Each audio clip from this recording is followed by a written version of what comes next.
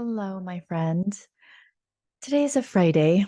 I don't normally do a lot of work on Friday. Well, I do, but it's more of administrative, not necessarily recording a podcast. But this particular topic has been on my mind for a few days, and it actually surfaced up on my last coaching call with my trauma coach, Cami Birdnow. And by the time you listen to this podcast, you will have already heard her. At least I think you will have already heard her as part of my forgiveness series when she talks about trauma and forgiveness, and if forgiveness has a place in trauma and trauma healing. And as I have been going through my trauma certification course, I have been so amazed at what I'm learning in regards to trauma and tools and techniques that can help to release the energy and the suppressed responses from past experiences, and to be able to process that, through our bodies, and then from what they call the bottom up. And when processing what is going on somatically, are we then able to process top down, which is your mindset? And that's been so fun to learn from these experts in the field of therapy and trauma. Like I want to hire all of them actually, all of them. It would be so much fun for me to learn as a client how the clinician or how's the therapist helps their clients process um, their griefs, their pains, their sorrows that they have not been able to truly express in the moment. And now they're carrying it to the present circumstances. Anyway, I just want to share with you something that came out for me on Tuesday. And I've been really pondering a lot about this. I was not sure what to talk about when Tuesday came. And so I just told Cami, look, I'm just going to do a brain dump, and then you get to just pick and choose what it is you feel like you need to point out to me, or what needs to come to my awareness. And as I began to just share with her circumstances that I had in my mind, there's one particular one that I could tell was eliciting a lot of emotion. And I felt like, you know what, this might be what I need to talk about. And as we were going back and forth in regards to asking questions and talking about details, but at the same time, like feeling all my feelings of inadequacy and shame and how I was doing things wrong, I I had this awareness as I was talking about what I was experiencing within my mind and within my body. And I was calling it the inner critic. And Cami said, you can call it the inner critic, but sometimes I call it, um, I think she named a couple of other things, that you can name it. Anyway, I,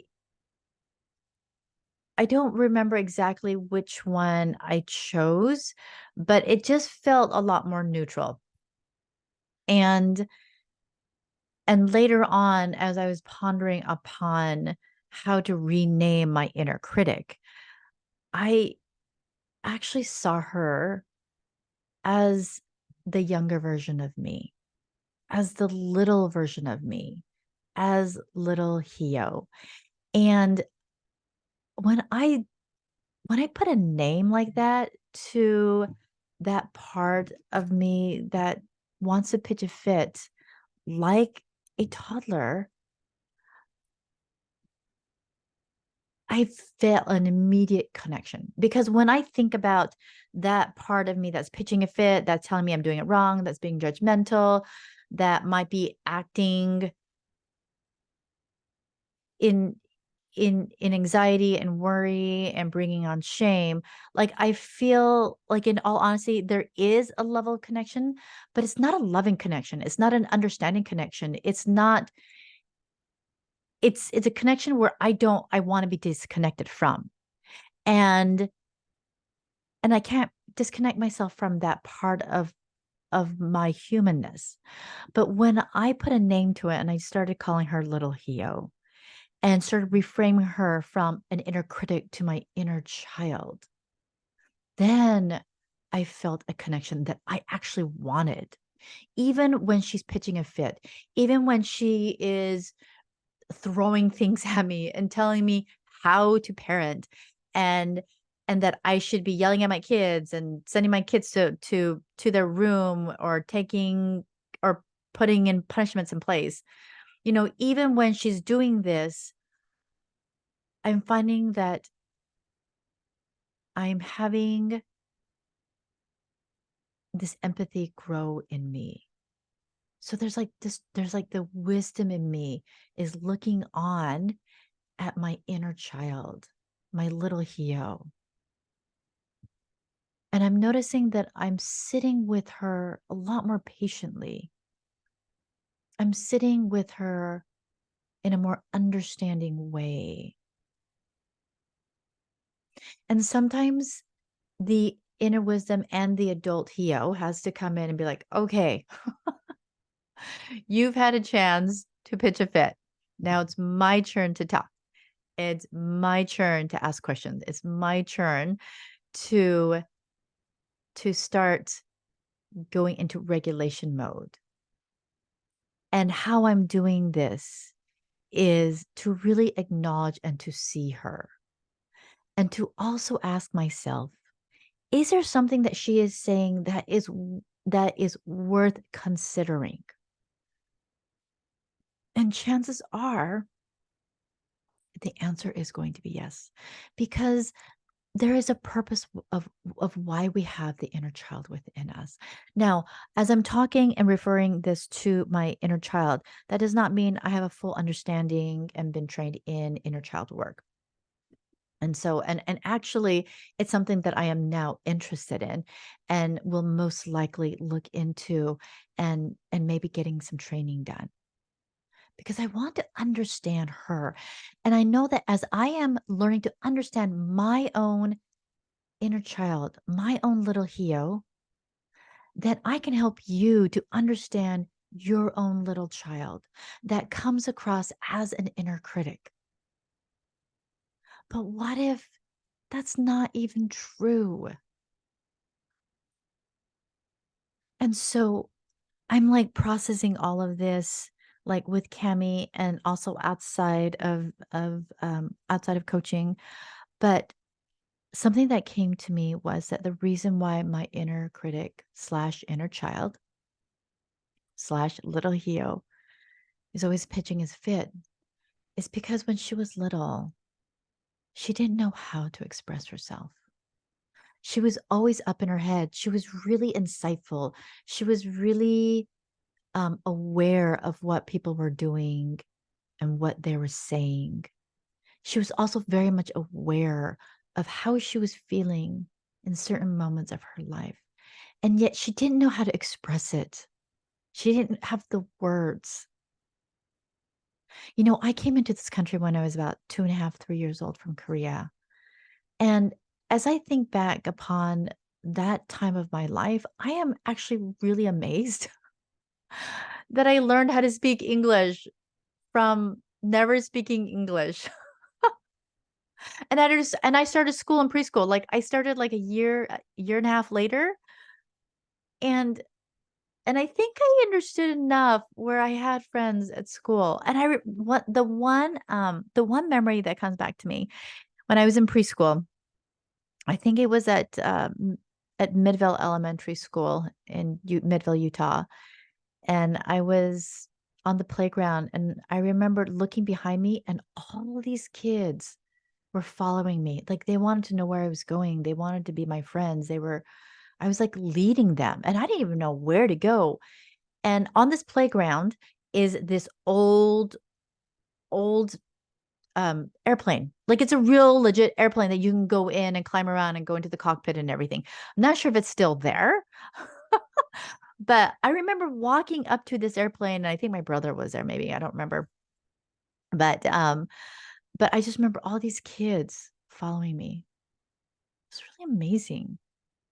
This little girl that probably didn't speak fluent English. I mean, I know actually that I didn't speak fluent English. was following me. And I just remember wondering how that even happened. Like, why is this happening? How is this happening? How am I creating this movement behind me? And so I was always thinking and processing in my mind, feeling feelings, and yet not able to express them. But not only not able to do that, but I didn't have a sounding board. I didn't have someone to listen to sit down and say, hey, what happened today? How are you feeling about that? How do you think you created that in those kids? What does that mean about you? What are you making that mean about you? Is that something you want to continue doing? And so I didn't have someone to communicate and to process. And I think that my inner child, my little Hio, is done being silent.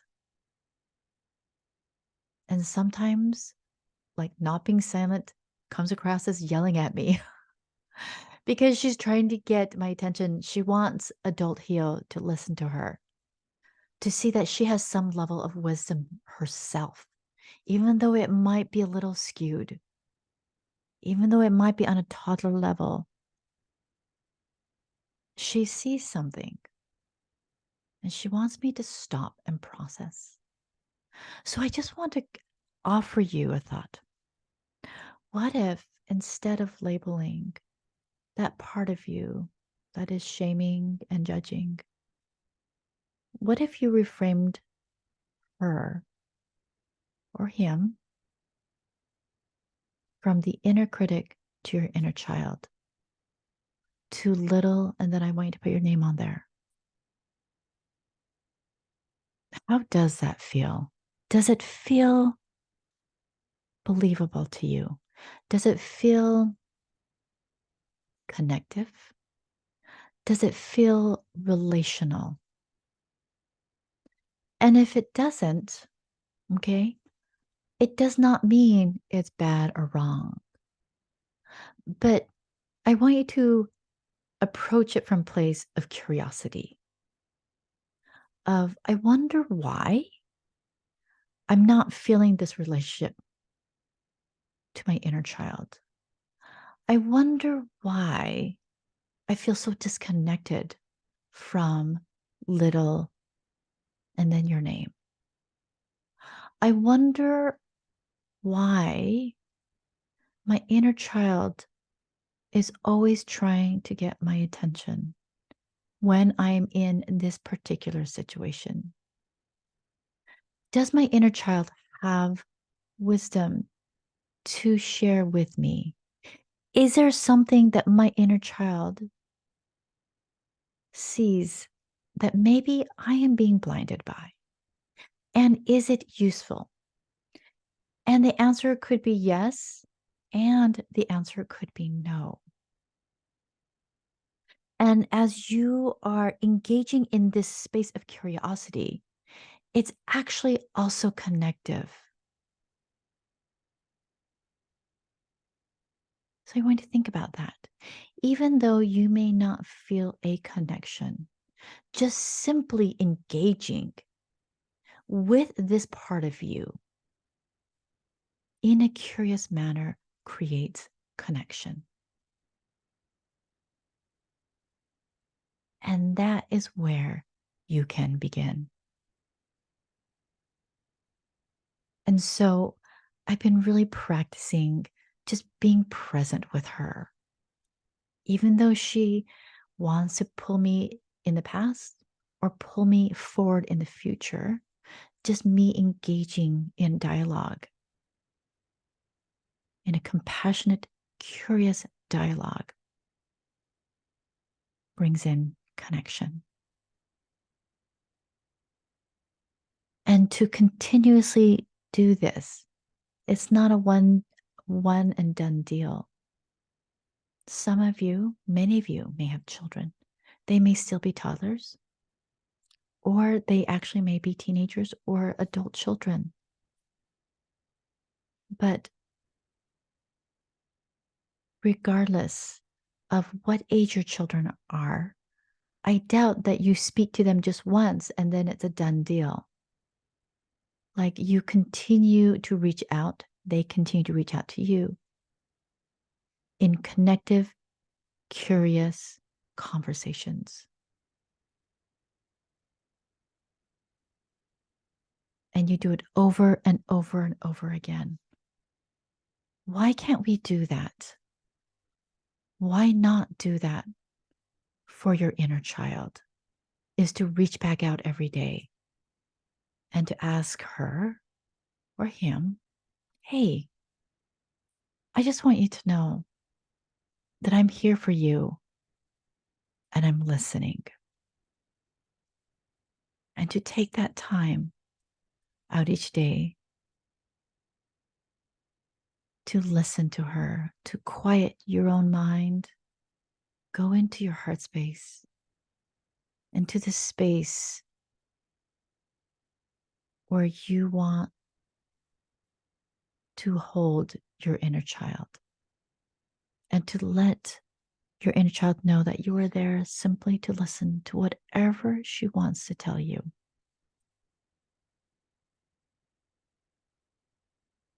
Because it matters and that this work matters. Ever since I've come to this realization, and she's pitched a few fits since Tuesday, and it's today's Friday. So what? It's been 3 days. But I'm beginning to recognize when she surfaces up. I'm beginning to recognize those emotions. And a lot of times they do come across as anxiousness, worry, stress, fear, shame, judgment, like they all surface up. And so I'm beginning to recognize her in her own unique way.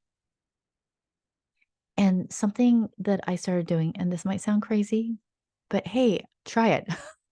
It's working for me. Is that when I feel these feelings and I'm like, oh, little Hio has something to say. She's trying to get my attention. And so what I do is I will just in my mind just say, hey, I'm hearing you. And I feel like you have something that you're trying to tell me. But hey, before we have this conversation, can I just hold your hand? And I'll actually put my hand out and just imagine her putting her hand in my hand and just holding space for her. And then just listening to her. And sometimes it will calm her down because I am seeing her for who she is. And sometimes she will just go on, and I have to be like, okay, this is what I'm hearing you say. And then that's when adult Hio and wisdom Hio, we're going to come in and we're going to just hold her and help her to be regulated. And as I have been doing this and not acting on what she wants me to say and do, I have found that she is a lot more calm. She's starting to become a little bit more introspective. She still has some fears. She's still in a place of, I don't know, because there is some fear. And that's okay. Because I know that little Hio, when she first came to this country, was afraid. She used to be in a country where she could walk around at age 2.5 and be given money to go to the market and buy things from the little ajimas, which are like little old ladies, like on the side of the road, and they're selling things in these baskets. She thought she was older than all the other kids and couldn't understand why they wouldn't play with her. Come on, you guys. I was so smart back then.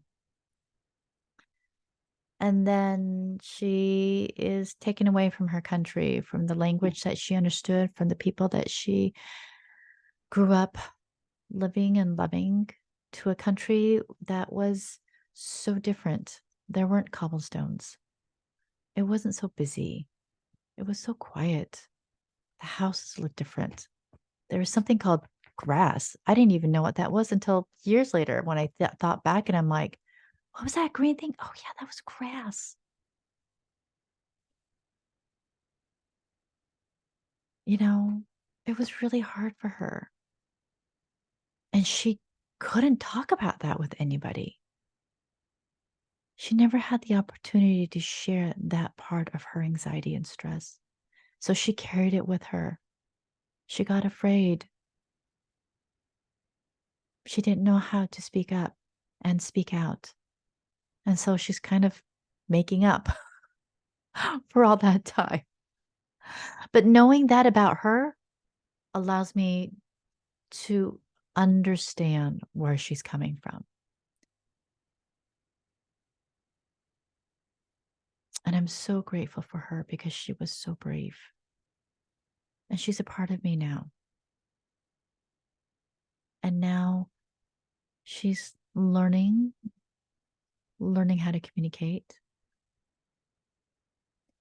And we're doing it together. I'm doing it with her. She's doing it with me. And I'm so grateful for this work. I'm so grateful to go through this trauma healing, this somatic trauma healing, and to bring up those things that I know is going to help propel me forward. And so if any of this resonates with you, if this is the work that you want to do, if you want to begin to have a newer, fresher, I don't even know if that's even quite the word, a renewed relationship with your own self, I want to invite you to get on call with me. Let's just have a conversation about it to see if this work is right for you today.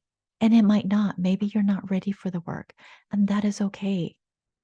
I just want you to know there's no right or wrong timeline. But you won't know unless you just consider it. All right. All right. Well, I've got a super busy weekend. And if you're listening to this on actually, I'm not even sure when I'm going to post this. It won't be until after my forgiveness series. But I hope that you will have a good day. I hope that you will take some time to begin to come to know that inner child and to get to know what her voice sounds like and to begin to have a relationship with her. All right. Have a great day, my friend. I'll talk to you later.